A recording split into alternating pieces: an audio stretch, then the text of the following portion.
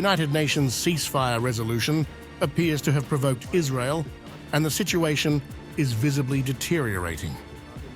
The southernmost city of Rafah bears the brunt of the escalating tensions.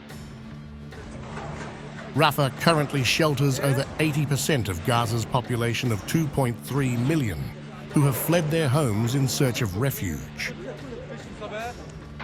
Unverified videos flooding social media depict Israel's intensified military operation in the Rafah region. Despite a UN Security Council resolution urging an immediate ceasefire in Gaza, Israel has heightened its assault, leaving the situation on the ground dire. Various social media videos indicate that Yabna camp, housing many displaced families from Gaza, has also been targeted. The exact number of casualties remains unknown. Israel's overnight aerial bombardment has razed numerous homes in the Rafah region. The escalated assault on Rafah coincides with heightened tensions between the US and Israel, particularly as Netanyahu cancels a high-level delegation visit to the US, intended to present Israel's Rafah offensive blueprint. Divergent opinions among allies regarding the Rafah attack were evident during Israel's Defense Minister Yoav Gallant's meeting with US Secretary of Defense Lloyd Austin. Over the past 6 months, we have been fighting a war against a brutal terror organization, Hamas, which is the ISIS of Gaza. We also face attacks from 7 different fronts, all led by Iran. While I sit here in the Pentagon, Hamas leader Haniya is meeting with Iranian leadership. The picture is clear. Who is well?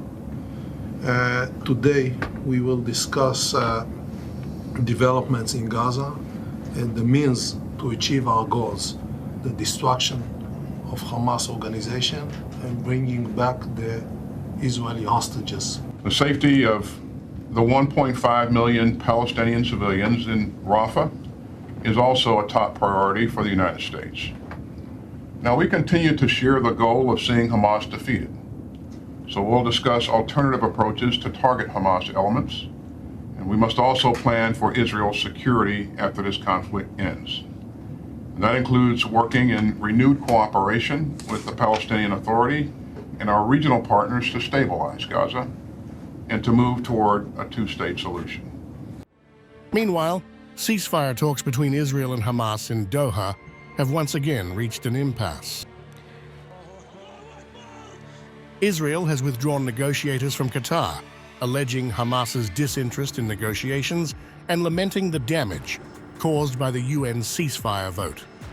This decision follows a UN Security Council vote demanding a ceasefire, with Hamas rejecting the latest proposals. Israeli Prime Minister Benjamin Netanyahu's office stated, Israel will not yield to Hamas's unrealistic demands.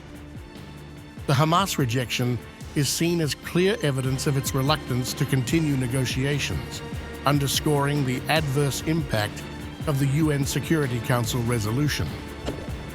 Hamas's rejection of the latest offer cites Israel's failure to address core demands, including a comprehensive ceasefire, withdrawal from the Strip, the return of displaced individuals, and a genuine prisoner exchange. A recurring point of contention in ceasefire negotiations is Hamas's insistence on Israeli military withdrawal from Gaza during the ceasefire. Following Israel's rejected ceasefire offer, Hamas leader Ismail Haniyeh visited Iran to meet with Iranian Foreign Minister Hossein Amir Abdullahian, seeking further support to challenge Israel. Ismail Haniyeh remarked on Tuesday that Israel has failed to achieve its military objectives and is losing diplomatic support after the US abstained from vetoing a UN Security Council resolution calling for an immediate ceasefire. Despite the high and terrible price paid by Gaza and the Palestinian people, the Zionist entity has failed to achieve its military or strategic goals. Now it's losing political cover and protection. Even the Security Council, as we saw yesterday in the resolution adopted by the Security Council. Even though this decision came late,